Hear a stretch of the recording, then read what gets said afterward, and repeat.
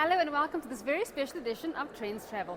I'm your host for today, Eloise Scoble, and I'm coming today from Bryanston at the Forum Company where there's loads and loads of artwork.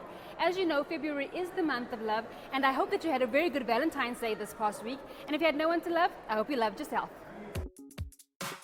Coming up next on Trendz Travel this week, new age exercise to help shed those kilos. We go to Zimbabwe to see how waste can be turned into beautiful art. We go for chocolate sushi for some decadence.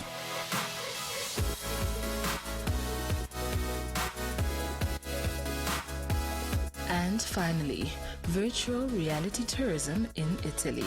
All this and so much more on Trendz Travel this week.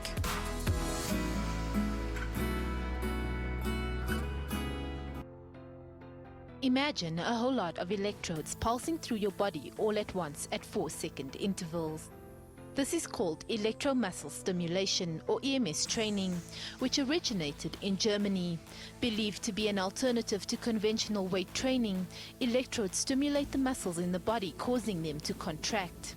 We visited the Bodytech studio in Bryanston to get the lowdown on this relatively new phenomenon. Dominic, the studio manager, has been training EMS for over 3 years, and I've been placed in his capable hands to take me through my first session. But first, let's hear from the expert. First of all, EMS training is electromuscular stimulation. Now we work with impulses that cause a maximal muscle contraction without putting any tension on the joint. So we don't need to use weight because the impulse exerts a maximal contraction onto the muscles. We work with simultaneous muscle contraction, which means it moves throughout the entire body, which allows us to activate up to 90% of the muscles in the body. Okay. We deal with strength training and muscle toning mainly. Okay. In terms of weight loss, we can't control what you're doing outside of Bodytech, so it becomes a little bit more difficult for us.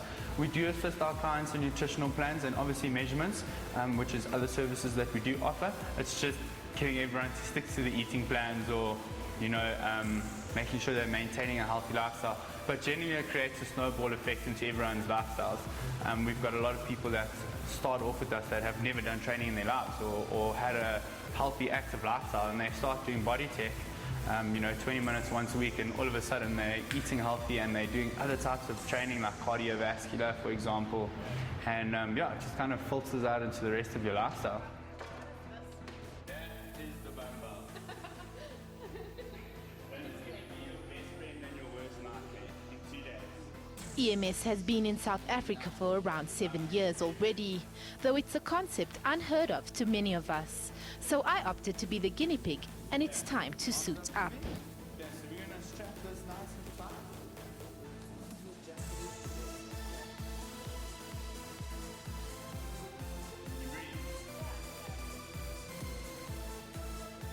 The session lasts 20 minutes, and according to these guys, that's all your muscles need for the week.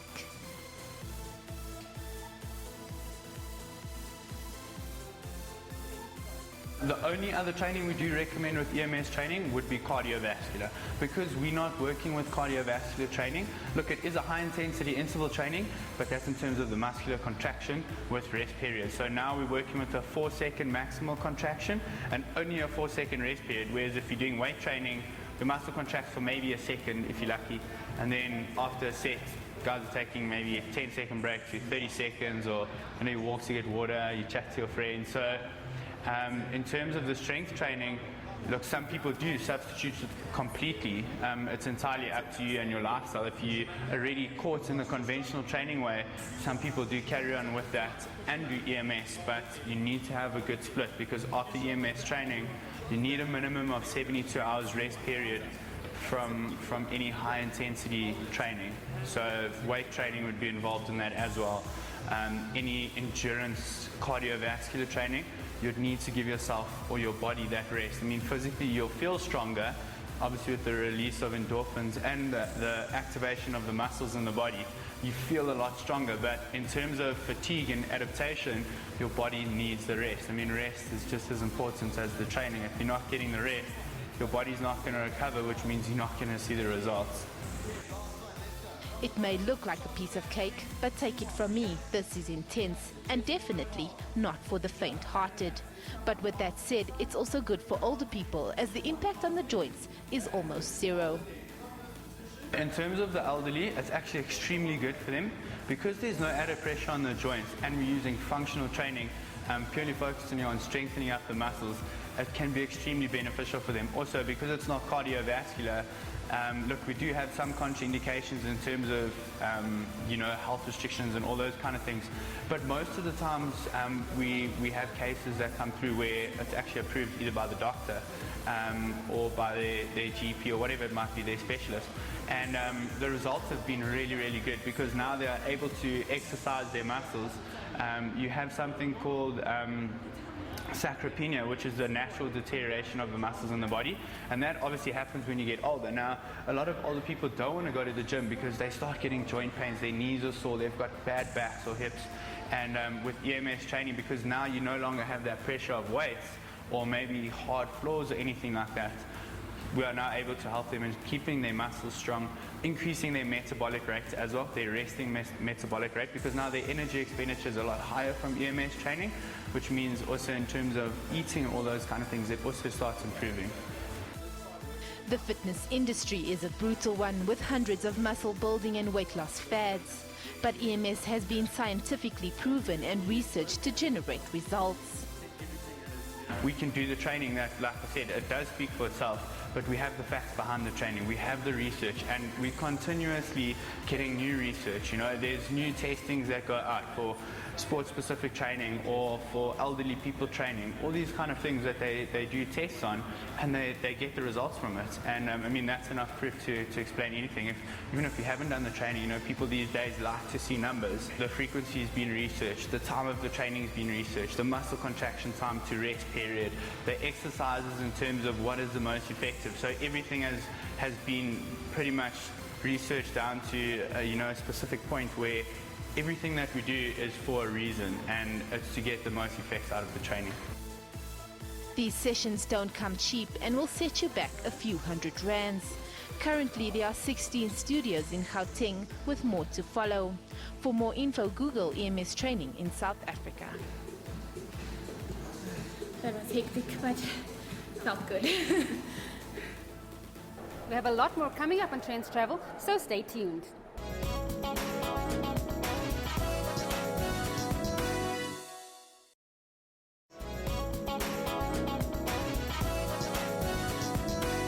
Welcome back to Trendz Travel.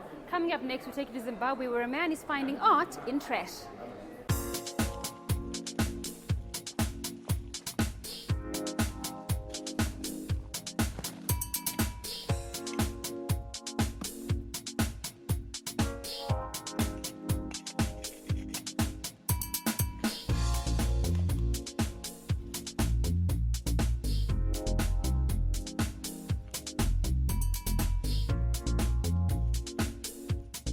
Going through mounds of trash at garbage sites is how Johnson Zuze starts his day in Harare, Zimbabwe.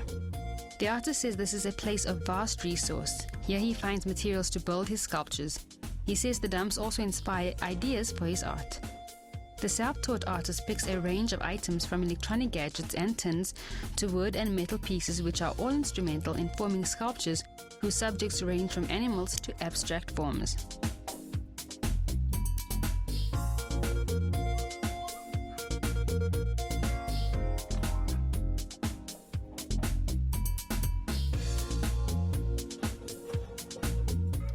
Visual arts inonzi mixed media ndoshanda nezvinhu zvinoraswa nevanhu kugadzira art, but idea iripo ndeyoti kuconvey a message through zvinhu zvatinenge tinazvo, iri nawo yoti toda try create opportunities in difficult environment.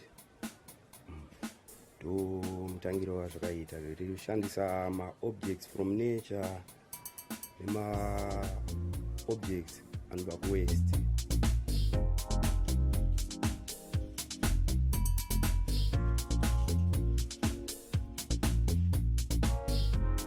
Starting out as an artist was not easy. Zuze says his parents discouraged him and tried pushing him to become a doctor instead.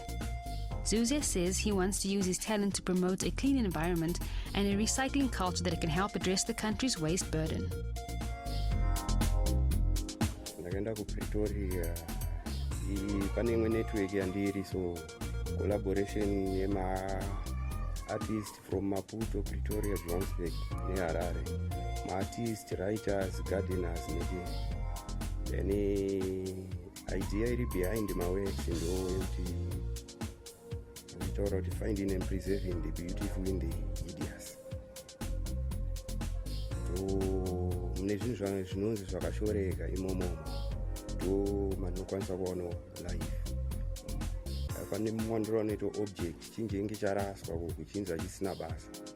Then I think ndo doctrine rangu rekuti tinoda kuricha vanhu vanga vachinza vana basa musociety.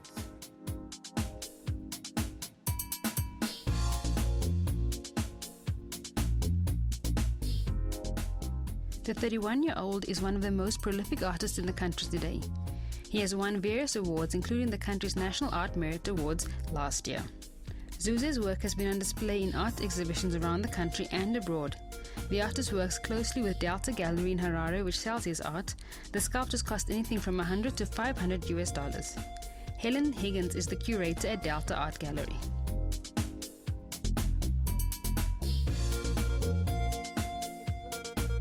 Every single piece has a new meaning. In times, you have to smile because there's also the humoresque quality of it. And again, like the horse of the apocalypse, which is behind us, is that there's the drama behind that as well. Artists unofanira decide a price yework. Then gallery vanozotora a certain percentage. Kana iripo yoti artwork inogena value visual arts in a way originality nekuva creative. Yeah. Though the difference between craft ne art yatinoita, then craft in a way yoti mongori decorative art etungori after man. Then visual arts in a way hakuna kwanokwanisa kuwana futi chinhu chakadaro kuti atishande nerepetition. Once watogadzira concept ungatonida kuidevelopa kwete kuidzokoroza. Saka ndo zvinoisa value pawork redu kuti ungangoti originality nekuva creative. I think ndo zvatinorarama nazvo. Then price yaunozongodecide. Zuze also gets to work on commissioned projects from clients who want customized installations.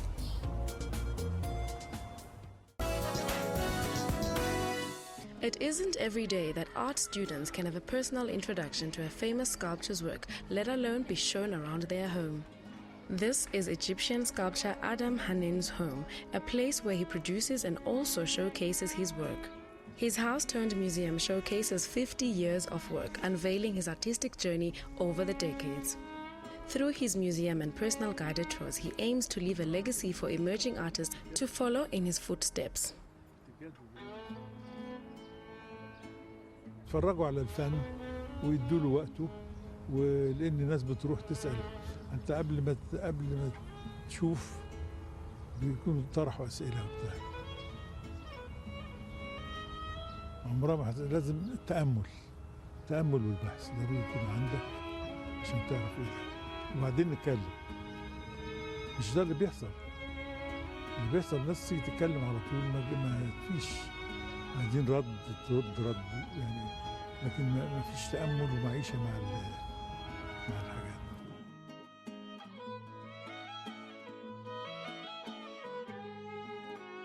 Hanin's work has been on show around the world in Europe as well as the United States.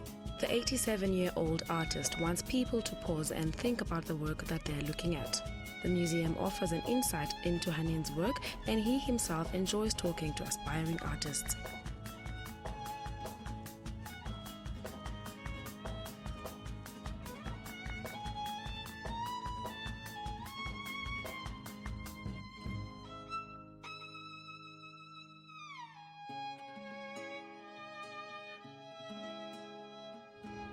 بتبص قوي عشان بيبقى عندهم حاجات مش واضحه كده، واقعد ادور معاهم ويطلعوا بيعملوا حاجات كويسة، بيتغيروا، بيبصوا للشغل القديم والحاجات اللي موجودة.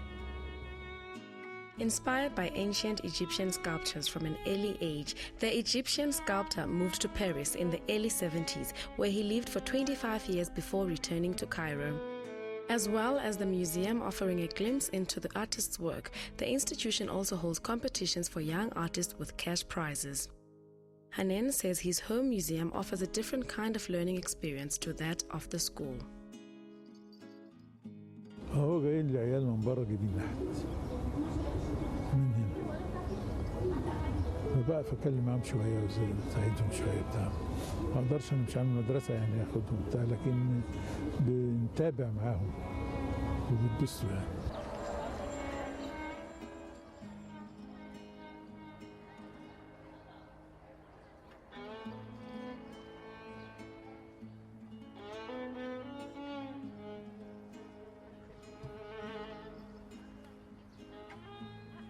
For now, admission to the Adam Hanen Museum is free, making his collection accessible to all.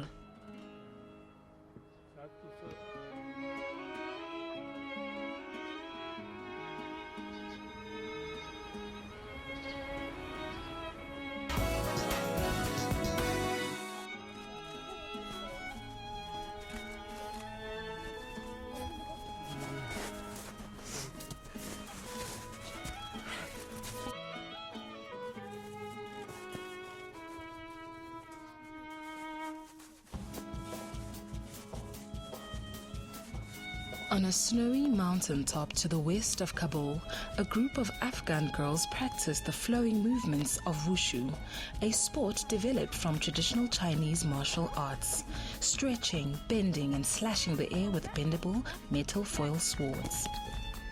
Martial arts of all kinds are popular in Afghanistan, but only for men. It is very hard for women and teenage girls to practice the sport, or any other sport for that matter.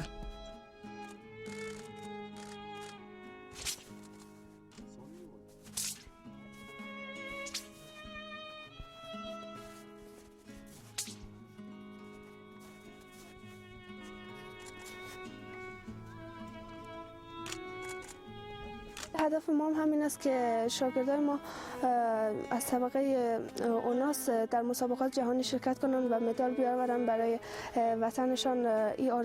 این بزرگترین آرزوی ماست. She took up the sport in Iran, where she fled with her family to escape conflict years ago. There she won medals and certificates in competitions. She has been teaching in Kabul for about a year, encouraged by her father.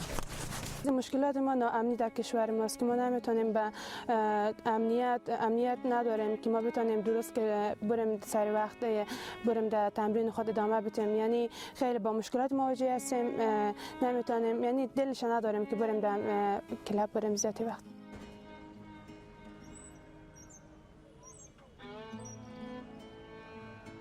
The Shaolin Wushu Club is in a part of Kabul that is home to the capital's Hazara ethnic community. Their generally more liberal social traditions give more room for girls to move outside the home and practice sports. However, Azimi's Wushu students say they will receive taunts and harassment.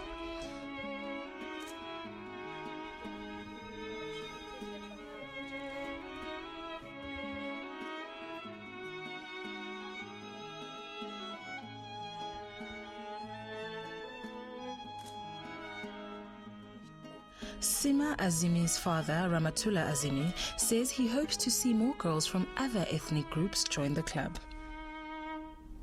ما اولین آرزویم از سیما جان ایه که یکی در دخترای دیگر مثل خود همونطور تربیت کنه یا آموزش بده مثل خودش یا حتی در حد بالاتر از خودش. او زمان آرزوی ما برآورده میشه، ما بسیار خوشحال میشم.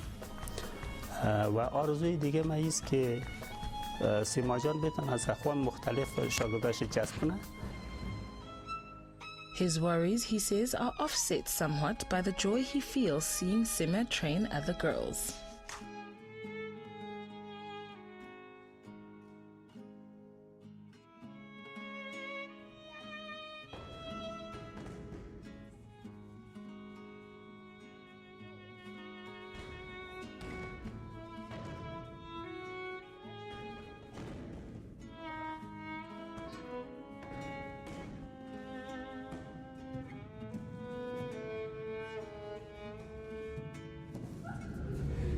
نگران امنیتشان هم هستیم، چون که واقعا از این به بعد دخترها خب پیشرفت میکنن و همونطور که خودتان خبر دارین کشور ما کشوری که جهالت درش موج میزنه، یک آدمای ممکنه که پیدا بشه و مانع پیشرفت بانوان قرار بگیره و دوست دارم که با این جهالت مبارزه کنم.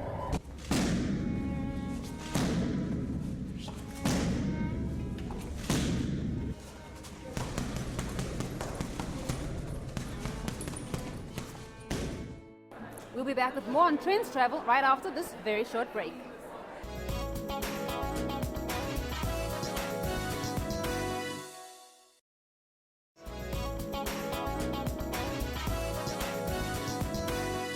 Now, as you know, February is the month of love, and with all our wining and dining options, I've got a new one for you: chocolate sushi.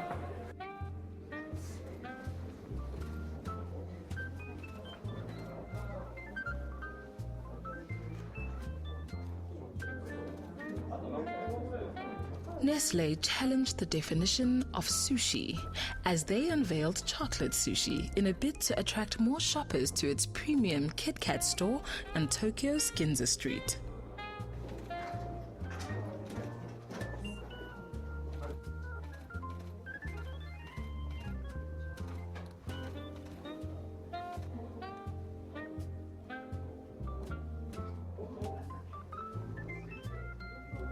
Like the savory version of sushi, however, they were accompanied with wasabi, or at least the powdered version. Nestle Japan's manager Ryoji Maki said they are a fun variation of the usual chocolate bars.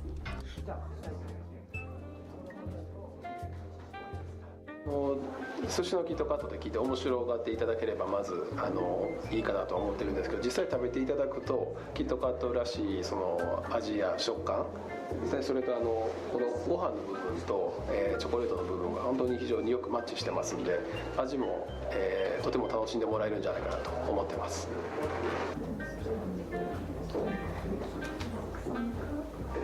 バレンタインの時期なので、ギフトをお買い上げいただいて、それと一緒にですねこの寿司のキットカットも送っていただいて、驚いたり、味わって楽しんでいただけたり、すればいいかなと思ってます。 The sushi Kit Kat, however, was not for sale.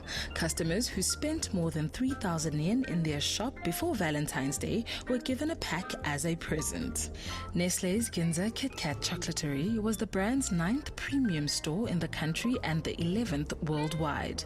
The most expensive item in the shop, I Love Fruits Kit Kat, which is a premium set of chocolate and fruit-flavored Kit Kats sold only in Japan, is 23 times more expensive per gram.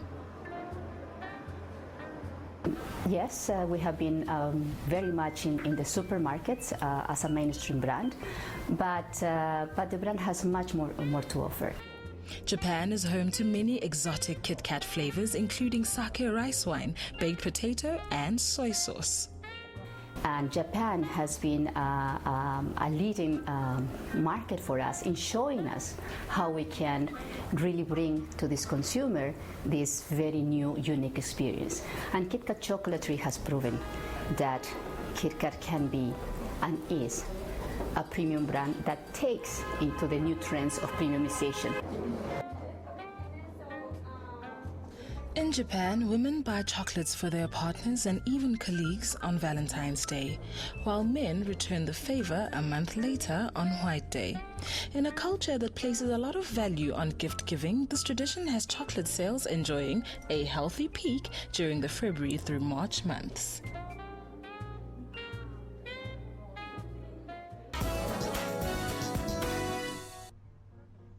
London is cold and grey in February, but in the middle of Kew Gardens, the glass house is warm and displays the vibrant colours of India at the world-famous Botanic Gardens Orchid Festival.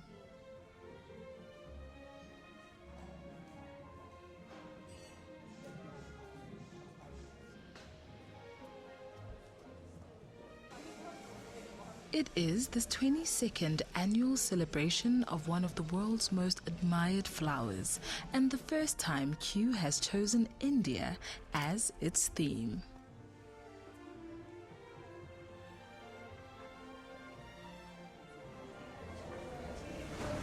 So India is quite an interesting country, and the relationship that the Indian people and their culture have with plants is a little bit special.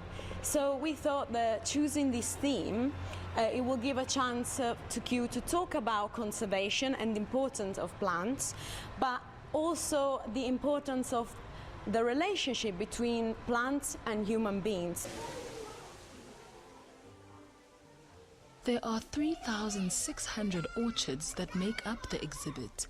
400 alone are in the impressive centerpiece in the middle of the pond. The samsara cone represents the constant wheel of the soul in Indian culture.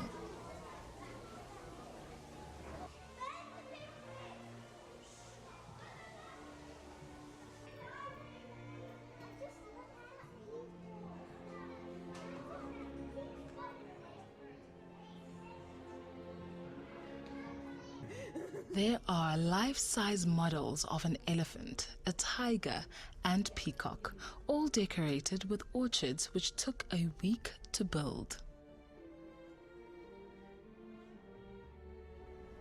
So orchids are marginal habitats, as we call them. So they're very sensitive to disturbance by people, and nowadays people are everywhere, so the orchids are in decline everywhere.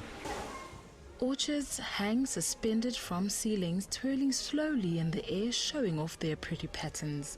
Kew's curators hope people's fascination with orchids at the festival will lead them to learn that the plant habitat is endangered. Orchids like to grow in undisturbed places, so when there are orchids, that means that the area is in good condition. So they're indicators of a good habitat for other animals as well, animals and plants as well. Teams of expert gardeners and volunteers spent weeks arranging the displays.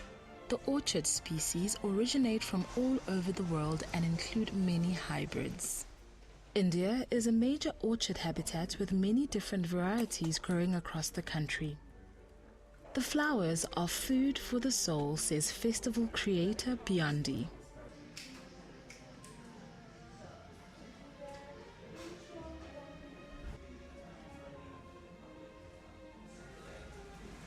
Is about, I think 100 and more people involved.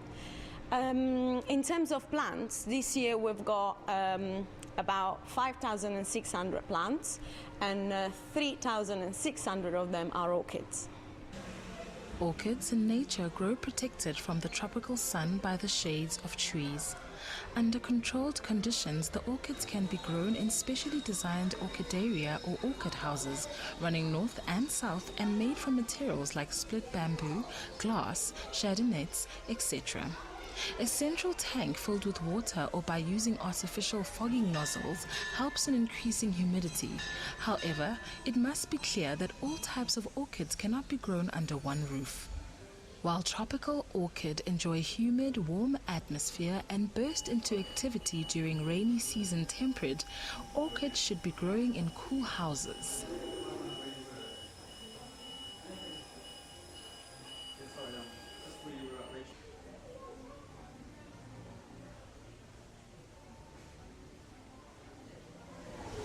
Outside, the weather is clearly not very appealing, so coming in a glass house of tropical is all very steamy and is full of colors. I mean, India, that says a lot of colors, a lot of smells, a lot of interesting visuals. So come to the Orchid Festival, have a look around, get the feel of India.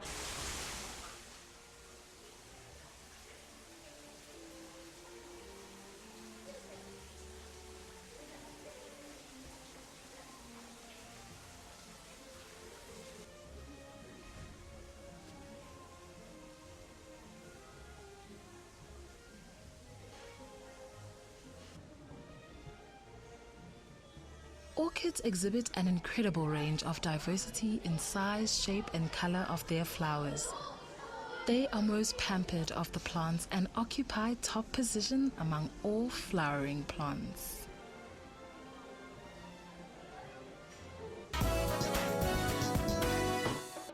With just a few weeks before Rio de Janeiro's samba schools hit the runway in the world's largest carnival parades, members of the schools are scurrying to put the finishing touches to the allegorical floats and elaborate costumes they hope will win them the ultimate championship title. The Mocidad Independent de Padre Miguel Samba School is no exception, and this year will take musicians, dancers and carnival goers on a journey through the Arab world, celebrating the theme 1001 Nights Mocidade in Marrakesh. Carnival producer Alexandra Luzada said the parade would draw inspiration from the traditional storytellers of Marrakesh's famous Jema El Far Square, an art form now in demise with new forms of digital entertainment, and one Mocidade aims to bring to life on the South American stage.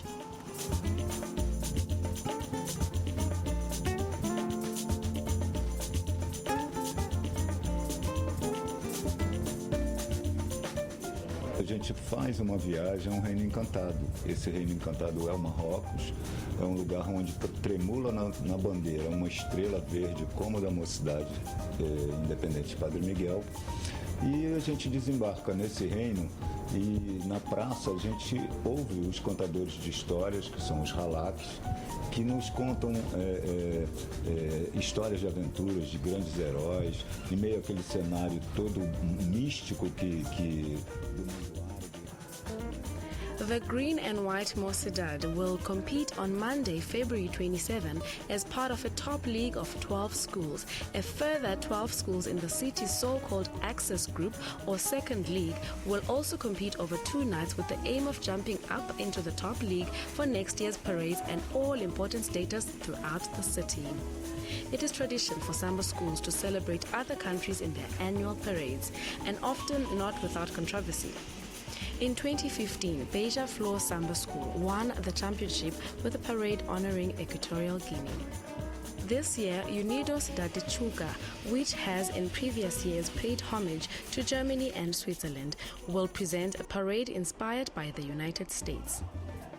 This year's theme has been presented as an exploration of a shared history between the nations, celebrating the Afro-descendant populations for having brought to life jazz and samba.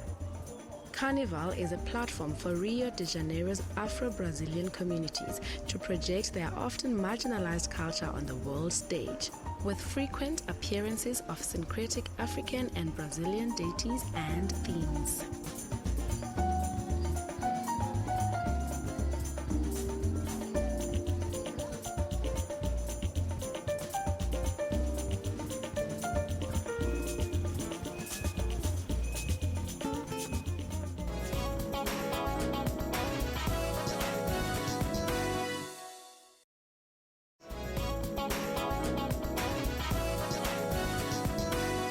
From Africa and to the rest of the world, we take you to Italy for some inspiring artwork. Emperor Nero, a technology enthusiast, would have loved it. His over-the-top Golden Palace in Rome is about to get the virtual reality treatment.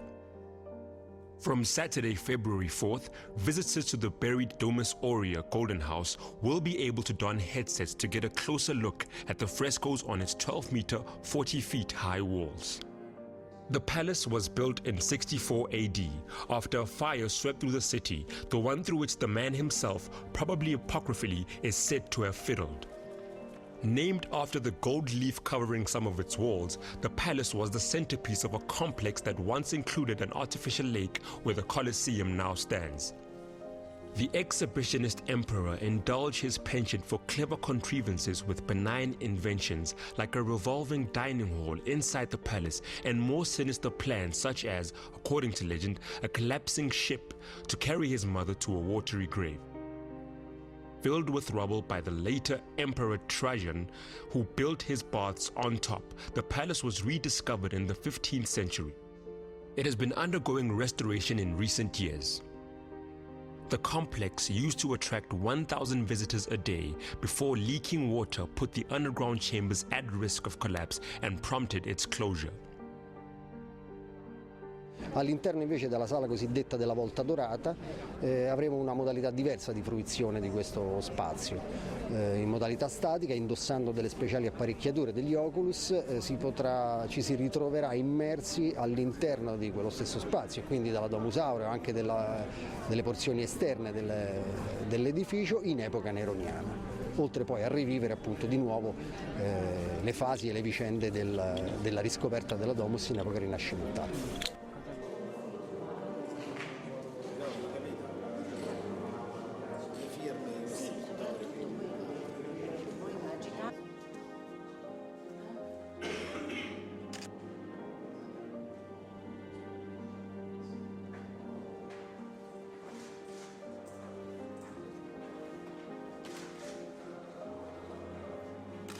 A prescindere da questo, noi abbiamo creduto fondamentale per far comprendere ai visitatori cos'era la Domus Aurea, per fargliela comprendere meglio di come la potesse vedere lo stesso Nerone.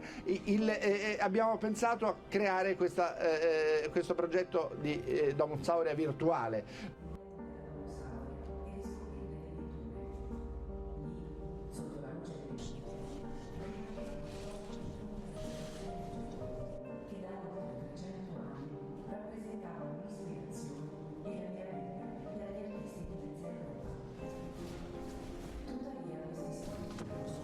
Rome's archaeological authorities decided to open up the palace in 2014 to small groups of visitors, partly to show people how the state-funded restoration was progressing.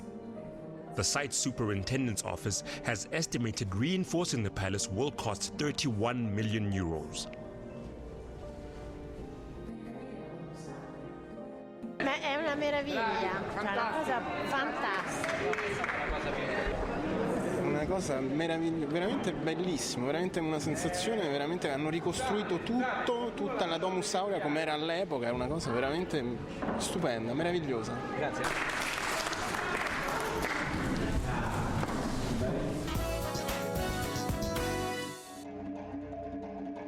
The Georgian national ballet Sukishvili has survived communist oppression, the Cold War, the breakup of the Soviet Union. It counted Joseph Stalin and Elvis Presley amongst its admirers and performed on the world's best stages. But nearly 70 years ago, it was a small family company founded by the husband and wife team of Iko Sukishvili and Nino Ramisvili, and initially named the Georgian State Dance Company.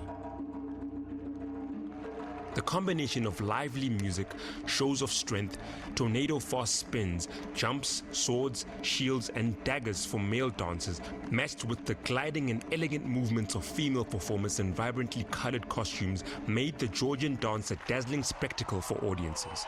But it is hard work and long days of rehearsals for the dancers, demonstrating Georgian unique dance techniques.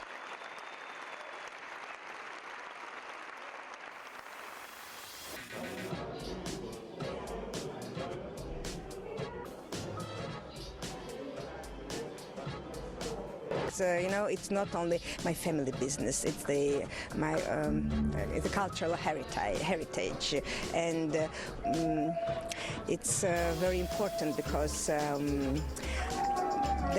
my family actually start to make the Georgian dance popular even among the young generation, and that's very important because I don't know any other country where the folk dance is so popular as in Georgia now. So I think that it's the way, one of the very important way to keep the identity of the nation. Georgian dance history goes back many centuries and reflects the national character and ancient history of Georgia, a tiny Caucasus country sandwiched between Russia and Turkey. როდესაც ფიზიკურ მომზადებაზე, ფიზიკურ მდგომარეობაზე შენი საქმე, მithme სპორტსმენებისთვის და მოცეკვავეებისთვის თავარია ფეხები, ხო, ფეხემალი. ნუ ახლა დაზღვეული არაფრისგან ხა შეიძლება უცებ რაღაც დაგემართოს, არ არის შენზე დამოკიდებული. ძალიან შრომატევადია და ძალიან უნდა გიყვარდეს, რომ ეს საქმე აკეთო ისე როგორც საჭიროა. სხვანაირად არ გამოდის. ძალიან One of the oldest Christian nations in the world has always suffered at the hands of invaders, dominated by Arabs, Persians, Turks, and later Russians. The uneasy historical background of the country has always been reflected in the Georgian dance, first choreographed by the husband and wife team of Sukishvili and Ramishvili. Each dance has a different costume originating from the different regions of a country whose mountainous landscape tumbles down onto the shores of the Black Sea. სუხიშვილები საქართველოს ისტორიის ძალიან დიდი ნაწილია, საერთოდ ქართული ბალეტი არის საქართველოსთვის ქართული კულტურის ძალიან დიდი ნაწილი და რა თქმა უნდა მომწონს ვამაყობ იმით რომ მე ვარ ქართველი და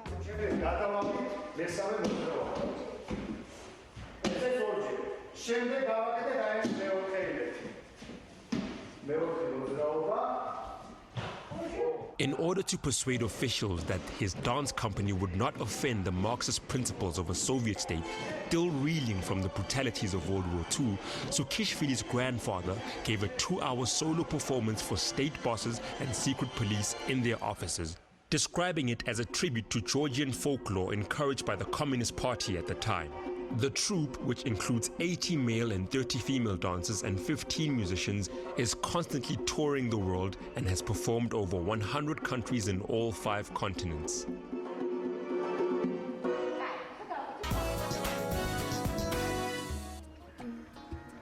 This village in northern India is home to an ancient tribe of snake charmers, popularly known as saperas. Countless generations have thrived on catching venomous snakes and making them dance to their tunes. But these days, wildlife protection regulations and fewer performance opportunities are making it difficult for snake charmers to earn a living. Snakes are revered by Hindus in India, and snake charmers are considered the followers of Lord Shiva, the blue-skinned Hindu god, who is usually portrayed wearing a king cobra around his neck. They catch the snake from the wild, defang and train them before bringing out to perform in front of crowds. बाप दादों से पुराना धंधा है साहब, बाप दादे 7 पीढ़ी हमारे गुजर गए और हम लोग भी इसी सीट में चले जाएंगे साहब। बच्चों की कोई सर्विस न नौकरी न कोई साहब देखभाल है साहब। हम लोग तो आपके घर पे जंगल खतरनाक जानवर कहीं है, घर में है, मकान में है, जंगल में है तो पकड़ लिया साहब इसको हिकमत से। Till about a decade or 2 ago, snake charmers used to be a regular feature in the Indian bazaars and festivals, mesmerizing crowds of onlookers with the ability to control some of the world's most venomous creatures. They would often be the main source of medicine if someone suffered from a snake bite. But that is slowly changing as authorities crack down on the tribe of snake charmers, citing a 1972 Indian Wildlife Protection Act that prevents them from carrying on with their century-old tradition. ये मन लगता है जैसे पढ़ लिखे नौकरी बाजारी करेंगे, बड़े आदमी होंगे, कुछ घर द्वार संभालेंगे, फिर ना बच्चों को संभालेंगे। India formally banned snake charming in 1991. In Uttar Pradesh state, which is home to about 1,000 members of the snake charmers community, children still shun school in pursuit of learning the art. But the decrease in business and access to snakes is making some youth change their minds and seek work as rickshaw pullers and construction workers in far-off towns instead.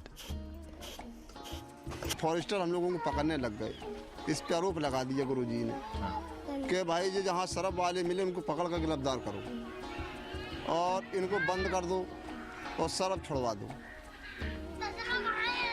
तो अब गुरु अब हम लोग शराब जो है छोड़ देंगे तो फिर हमारी क्या बिजनेस है? कोई बिजनेस नहीं है, हम लोगों को कोई बिजनेस ही नहीं है सर। फिर हम लोग भूखे मर जाएंगे sir.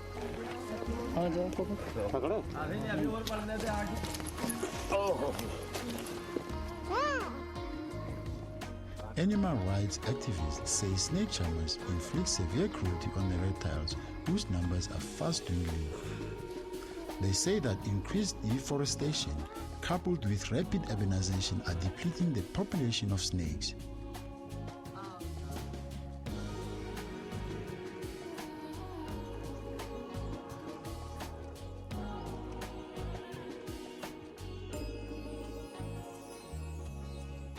there is no place in civilized society for people to go around catching snakes and taking them and doing a, some kind of an entertainment show with snakes. No law in India permits it. The Prevention of Cruelty to Animals Act doesn't permit it. The Wildlife Protection Act doesn't permit it. The Constitution doesn't permit it. It's also very hazardous because these snake charmers are not, immune to the venom. Sometimes accidents happen, and it's not very safe for any citizen to get after wild animals like that. Their proposal to rehabilitate the snake charmers by using their skills to take care of ailing snakes, creating medicines for snake bites and fighting other poisonous venom, but nothing concrete has been formed so far.